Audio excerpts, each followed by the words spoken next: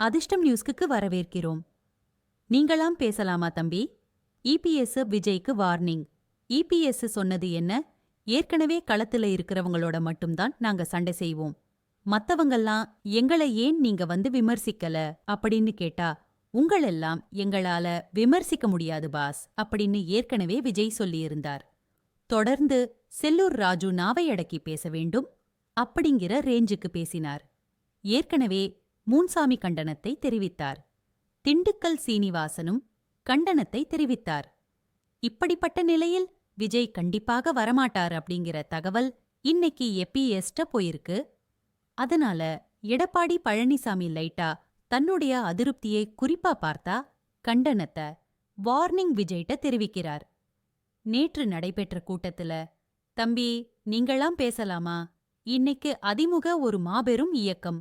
அதிமுகவை நீங்க குறைச்சு மதிப்பிட்டுட்டு இருக்கீங்க. தேர்தல் முடியட்டும், அதுக்கப்புறம் நாங்க யாருன்னு உங்களுக்கு தெரியும். உங்களுக்கு மட்டும் இல்ல, பல பேருக்கு தெரியும் அப்படின்னு ஆவேசமா பேசியிருக்கிறார்.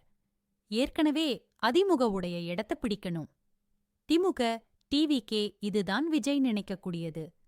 அப்ப அதிமுகவை அகற்றணும். அதற்கு எம்ஜிஆர் அப்படிங்கிற ஒருவரோட பெயர், ஜெயலலிதா அம்மாவோட போட்டோ கூட செங்கோட்டையன் வச்சுக்கலாம்.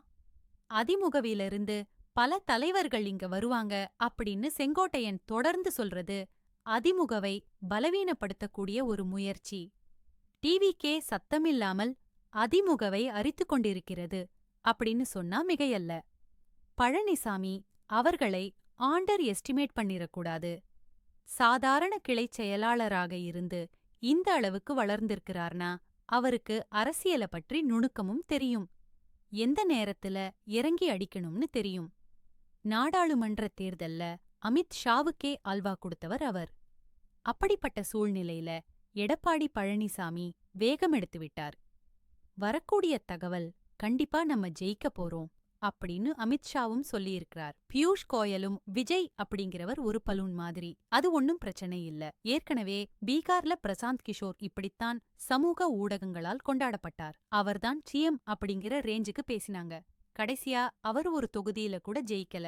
அதனால தெம்பா இருங்க அப்படின்னு சொன்னதுனால பழனிசாமி தெம்பாகிவிட்டார். இனிமேல் விஜய்க்கு மிகப்பெரிய ஒரு அட்டாக் இருக்கும் அப்படின்றதான் அதிமுகவுல சொல்றாங்க. அதற்கு அச்சாரமிடக்கூடிய வகையில இன்னைக்கு வந்து எடப்பாடி பழனிசாமி விஜயை தாக்கி பேசியிருக்கிறார்.